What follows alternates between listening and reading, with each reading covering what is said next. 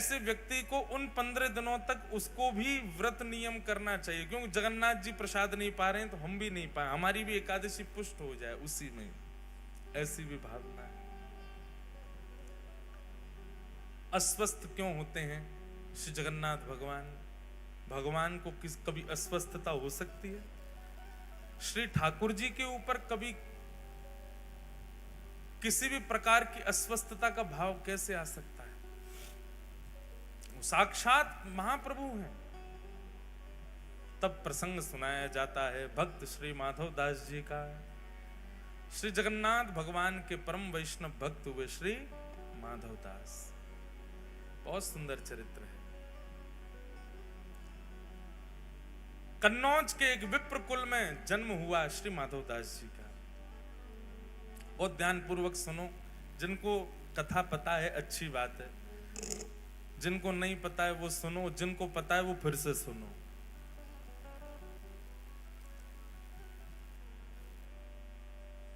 मार्ग दे दो भैया, माताएं बहनें जा रही हैं, सब लोग इधर देखो, कथा सुनो।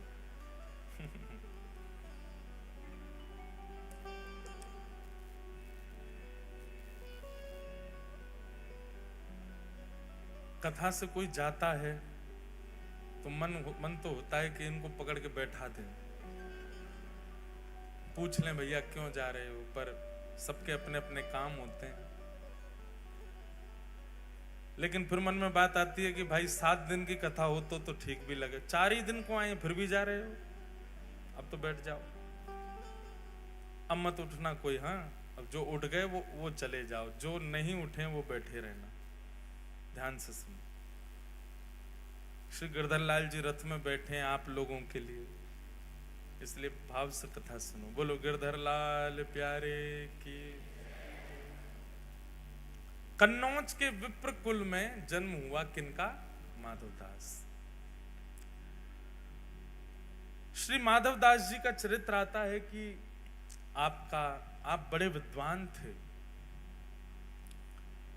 आपका विवाह हुआ और विवाह के उपरांत आपकी पत्नी ने एक पुत्र को जन्म दिया। बालक का जन्म होते ही किसी कारण से पत्नी की मृत्यु हो गई और पत्नी की मृत्यु होने पर पूरा घर बड़ा उदास, निराश, हताश हो गया। माधवदास जी ने संस्कार आदि किए और उसके बाद ऐसी विरक्ति आई माधवदास जी को। विरक्त तो पहले से ही घर वालों ने ब्याह करा दिया था, विरक्ति तो उनके चित्त में थी, परंतु पत्नी की मृत्यु से अब और ज्यादा उनकी विरक्ति जो है वो प्रगाढ़ हो गई। उन्होंने मन में विचार कर लिया कि अब सब तज हरि भज, सब छोड़ छाड़ के ठाकुर जी को भजेंगे। एक बात कहें बंधुओं, माधवदास जी के चरित्र में नहीं कह रहा हूं, अपने विषय में, हम आप सब लोगों के विषय में कह रहा हूं कि हम प्रतीक्षा क्यों करते हैं कि जब कुछ घटना घटे तो ही हम ठाकुर जी के शरणागत हों। प्रतीक्षा मत करो घटना की। वास्तव में कोई घटना होने के बाद, ठोकर लगने के बाद या फिर किसी प्रकार की स्थिति आने के बाद जब हम भगवत सन्मुख होते हैं, ठाकुर जी को अच्छा तो लगता है पर उतना प्रिय नहीं लगता। लेकिन कोई व्यक्ति सर्व व्यवस्था होने के बाद भी, सब कुछ सुमंगल होने के बाद भी ठाकुर जी को शरणागत हो जाता है, तब ठाकुर जी को बहुत प्रिय लगता है। तब लगता है ठाकुर जी को हाँ, ये प्रेम मेरे लिए वास्तविक है। कोई व्यक्ति आपसे प्रेम इसलिए कर रहा है क्योंकि उसका मन नहीं लग रहा। कोई व्यक्ति आपसे प्रेम इसलिए कर रहा है क्योंकि उसके प्रेम के पीछे एक कारण विद्यमान है, एक कारण है जिसके कारण वो आपसे ब्याह कर रहा है। जैसे कि विवाह संबंधों में भी अगर कन्या ने आपसे विवाह किसी कारण से किया, चाहे आपके धन के लिए किया, चाहे आपकी संपत्ति के लिए किया, चाहे किसी और कारणों से किया, तो कारणों से हुआ संबंध आपको पता लगने पर इतनी प्रसन्नता नहीं होती, क्षोभ होता है चित्त में। ऐसे ठाकुर जी जब अपने शरणागत को देखते हैं तो शरणागत को देख करके ठाकुर जी तुरंत नेत्र बंद करके विचार करते हैं कारण क्या है इसकी शरणागति का। और जब कारण ठाकुर जी को पता चलता है, ओहो जीवन में दुविधा है, सब जगह ठोकर खा खा के बेचारा परेशान हो गया है, सब जगह विश्वास करके देख लिया लेकिन फिर भी इसको अविश्वास मिला है, सब जगह से ऐसा ऐसा हो करके अंत में मेरे शरण में आया। तो ठाकुर जी मुस्कुराते तो हैं पर प्रसन्न नहीं होते। लेकिन कोई व्यक्ति बिना किसी कारण के ठाकुर जी के सन्मुख चला जाए, बिना किसी कारण के ठाकुर जी का हो जाए, वो अति प्रिय होता है। अकारण प्रेम करो, अहेतुकी भक्ति करो ठाकुर जी की। किसी घटना की प्रतीक्षा मत करो कि वो हो तो ही हम ठाकुर जी के सन्मुख जाएं। अब घट गई है, उसके बाद आ चुके तो बुरा नहीं मानो। अब उनके लिए माधवदास जी की कथा सुनो। तो माधवदास जी का जीवन कैसा, वो तो पहले से ही शरणागति चाहते थे पर घर वालों के कारण त्याग किया। पुत्र का जन्म हुआ, पत्नी मर गई, सब छोड़ करके शरणागति लेना चाहते थे ठाकुर जी की, पर तभी अपने छोटे बालक को देखा और घर वाले भी कहते थे अब ये इसका पालन पोषण कौन करेगा, इसका बेचारे का क्या अपराध, इसका क्या दोष, ये कैसे रहेगा। तो माधवदास जी का एक सूक्ष्म ममत्व उसके प्रति होने लगा, उसको अपने चित्त से लगा करके रखते। सोचते तो थे क्या करूं, घर वाले कहते एक और ब्याह कर लो। बहुत पीछे पड़ने लगे घर वाले, तो माधवदास जी ने एक दिन कह दिया आप सब लोग जो मेरे पीछे पड़े हैं कि ब्याह कर लो ब्याह कर लो, मुझे आप सब आश्वासन दे दीजिए और आश्वासन करते हुए ये बता दीजिए कि अब मेरा जिससे ब्याह होगा वो कभी नहीं पधारेगी और उससे होने वाली संतान भी कभी नहीं पधारेगी, तो मैं ब्याह करूंगा। सारे रिश्तेदार पीछे हो गए, ये कैसी बात है, ये कैसी बात है। बोले नहीं, आप कह दो कि वो नहीं मरेगी तो मैं ब्याह कर लूंगा। कोई भी इस बात पर लिखने को राजी नहीं हुआ। माधवदास जी बोले तो फिर मैं ब्याह नहीं करूंगा। रही बात इस बालक की, तो मैं इसका पोषण करूंगा। माधवदास जी उस बालक को लिए घूमते रहते। एक दिन एक बगीचा में आप बैठे थे, बालक गोद में था, मन में सोच रहे थे कि और कोई उपाय नहीं है क्या ब्याह के अलावा इस बालक के पोषण का, जिससे मैं शरणागति ग्रहण कर लूं। ये चिंतन उनका चलता ही रहता था। तभी आपने क्या देखा, सामने वृक्ष पर एक घोंसला है, उस घोंसले में से एक चिड़िया का एक अंडा छोटा सा जोर से हवा चलने पर नीचे गिरा, और जैसे ही वो नीचे गिरा माधवदास जी उसको देख रहे थे। माधवदास जी उठ करके उसको बचाना चाहते थे, पर तभी क्या देखा, नीचे सूखे पत्तों का ढेर था और वो अंडा आकर के उस पर गिरा और बच गया। कोई उसकी दुविधा नहीं हुई। थोड़ी धमक लगने पर अंडा फूट गया, उसमें से बालक बाहर आ गया। वहीं के कीड़े मकोड़े जो थे उनको चुग करके पाने लगा।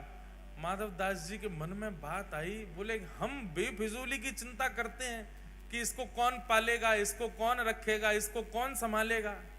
सबका रक्षक जगन्नाथ है तो वो सबको संभालता है। मैं तो दौड़ा था कि मैं अंडा पकड़ दूं, लेकिन नीचे ठाकुर जी ने पहले ही किसी के द्वारा पत्तों का ढेर रखवा रखा है, उस पर गिर करके वो बालक बच गया और उसके बाहर आते ही उसको प्रसाद भी मिल गया, उसको अपना भोजन पेट भरने के लिए सामग्री भी मिल गई। ना तो इसकी माँ इसके पास है, ना इसके पिता इसके पास है, इसका पालन भी तो हो रहा है। कौन कर रहा है? बोले जगन्नाथ कर रहा है। मैं क्यों चिंता करता हूं अपने बालक की। और उसी समय अब देखो, संसार की दृष्टि में इसको गलत माना जाएगा। इसमें क्या माना जाएगा? अपने कर्तव्य से भाग गया। पर वैष्णव दृष्टि में जब विश्वास प्रगाढ़ हो जाता है ना, तो व्यक्ति सब त्याग ही देता है। फिर चाहे पत्नी हो, बच्चे हो, परिवार हो, कोई भी हो। हम आपको आज्ञा नहीं दे रहे हैं या आपको प्रोत्साहित नहीं कर रहे सब त्यागने को। जिस दिन चित्त में प्रगाढ़ भक्ति प्रकट होगी, आपको कोई बोलेगा नहीं त्याग करो, आप अपने आप छोड़ दोगे सबको। इसीलिए हम बार बार कथा में कहते हैं ज्यादा कथा मत सुनो, ज्यादा बार बार मत सुनो। क्यों? क्योंकि त्याग की स्थिति बहुत बढ़ जाएगी। अभी युवा बहुत आते हैं कथाओं में, और उन युवाओं की स्थिति ऐसी होती जा रही है। जलंधर में अभी हाल देखते आप, वहां बालक ऐसे हो गए कि वो अब संग ही भगने को तैयार हैं, जहां कताओ वहीं चल देंगे, जहां आप जाओगे वहीं चल देंगे। ये प्रारंभिक त्याग, दो प्रकार के त्याग आते हैं। एक प्रारंभिक त्याग जो होता है उसमें भी सब छोड़ने का मन होता है, पर उस समय रुकना चाहिए। वो नया नया त्याग है, और नए नए त्याग में छोड़ने का मन होता ही है। कुछ समय प्रतीक्षा करो तो फिर समझ में आता है कि अभी त्याग वास्तविक आया नहीं है। लेकिन जो बाद का त्याग आता है, जिसमें पूर्ण शरणागति ठाकुर जी के प्रति आपको दृष्टिगोचर होने लग जाती है, वो त्याग उचित है। उसमें आपको चाहे कितना भी ज्ञान दे दिया जाए, कितना भी बता दिया जाए, आपके चित्त में एक विश्वास प्रकट हो चुका है कि नहीं, मेरे तो सर्वस्व राधा रमण हैं, मेरे तो सर्वस्व राधा वल्लभ हैं, मेरे तो सर्वस्व बांके बिहारी हैं। उस समय किसी की भी बात, किसी भी गुरु की आज्ञा, किसी भी माता पिता की आज्ञा, किसी भी परिवार के बंधन, वो सब आपको दिखेंगे नहीं, आपको केवल ठाकुर जी दिखेंगे। तब समझो कि अब ये विश्वास पूर्व शरणागति वाला वैराग्य है। उस समय आप नहीं रुकोगे, फिर आप चले ही जाओगे। और ये सबके चित्त में नहीं आता। जिसको ठाकुर जी स्वीकार करते हैं उसी के चित्त में ऐसा वैराग्य आता है। माधवदास जी के चित्त में आ चुका था। अपने पुत्र को परिवार के हवाले छोड़ करके श्री माधवदास जी जगन्नाथपुरी चले गए और महाप्रभु श्री जगन्नाथ जी की शरण ग्रहण कर ले।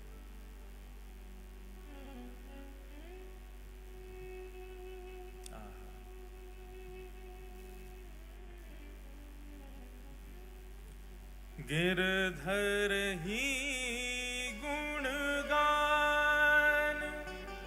मेरे तो, गिरधर ही गुणगान,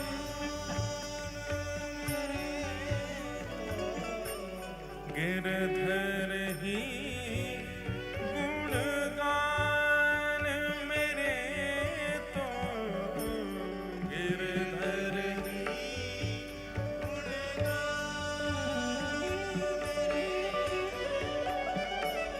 गिरधर ही गुणगान मेरे तो, गिरधर ही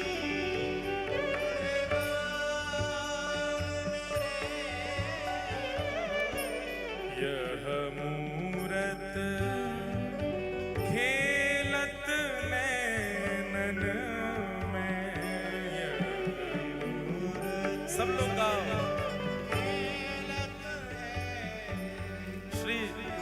अष्टछाप के सखा कृष्णदास जी का पद है। जब स्थिति ऐसी हो जाएगी तो फिर कोई और भाएगा ही नहीं, सब छोड़ के जाने का ही मन होगा। यह मूरत खेलत नैनन में, यह मूरत खेलत, यही हृदय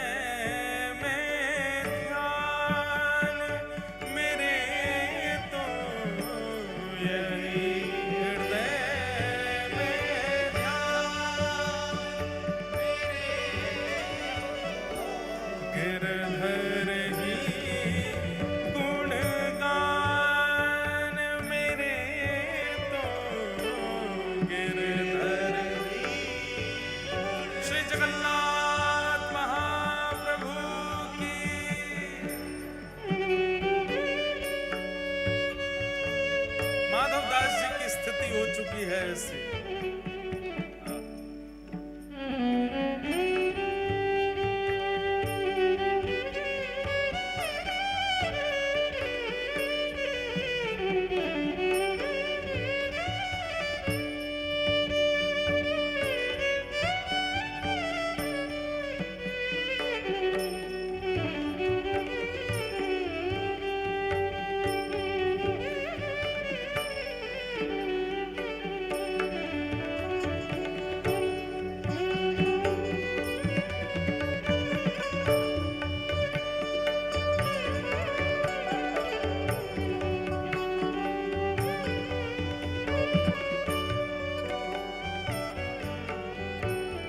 सब लोग शब्द सुन करके गाना मेरे साथ। चरण रेणु चाहत मन मेरो, चरण रेणु चाहत मन मेरो, चरण रेणु चाहत मन मेरो, चरण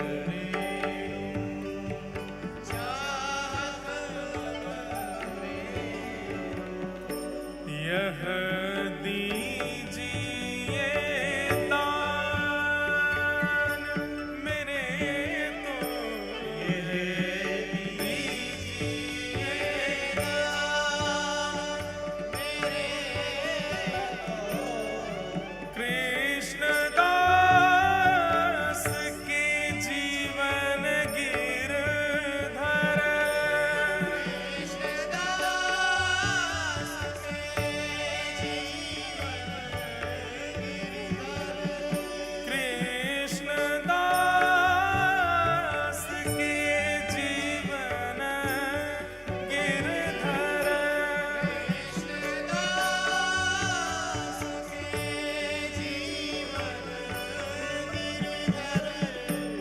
मंगल रूप निधान मेरे तो, मंगल रूप निधान मेरे तो, गिरधर ही गुणगान मेरे तो, गिरधर ही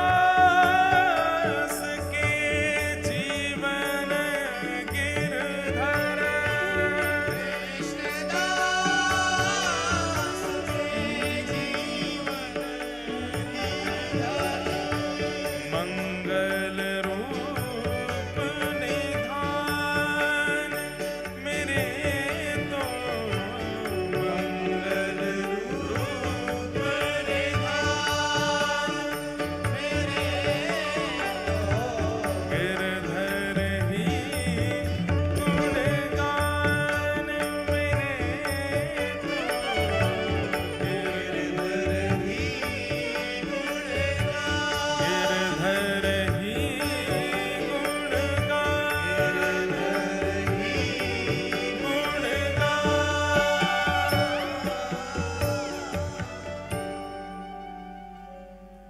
कृष्णदास जी का पद है और ये पद स्थिति बताता है उस व्यक्ति की जिसके सर्व कृष्ण धन कृष्ण मन कृष्ण ही हमारो धन, आठों याम ऊधो हमें कृष्ण ही सो काम है।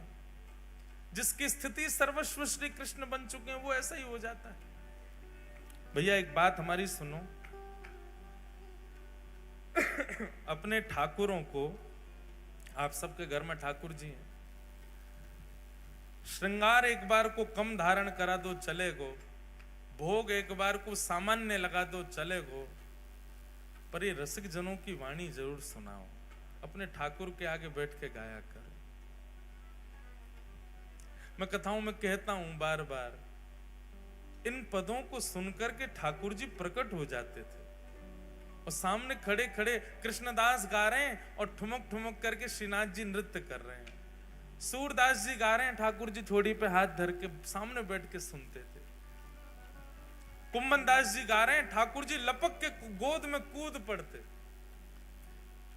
हितरवंश महाप्रभु गा रहे हैं, श्री ठाकुर जी लीला कर रहे हैं, स्वामी श्री हरदास जी गा रहे हैं और ठाकुर जी सामने बैठ के वंशी बजा रहे हैं। हमारे संग करते हैं हमारे ठाकुर जी ऐसा। इसलिए रसिक जनों के पद जरूर सुनाया करो। और लोग पूछते हैं कहाँ मिलेंगे, ढूंढो, कुछ तो करो, मेहनत करो, परिश्रम करके लाओ, अष्ट सखाओं के पद लाओ, स्वामी श्री हरदास जी के पद लाओ, हितरवंश महाप्रभु, सेवक जी महाराज आदि के सबके पद लाओ, इन पदों को सुनाओ, जयदेव महाप्रभु का गीत गोविंद सुनाओ। माधवदास जी जगन्नाथपुरी आ गए, माधवदास जी का एक नियम था, बहुत ध्यानपूर्वक सुनना।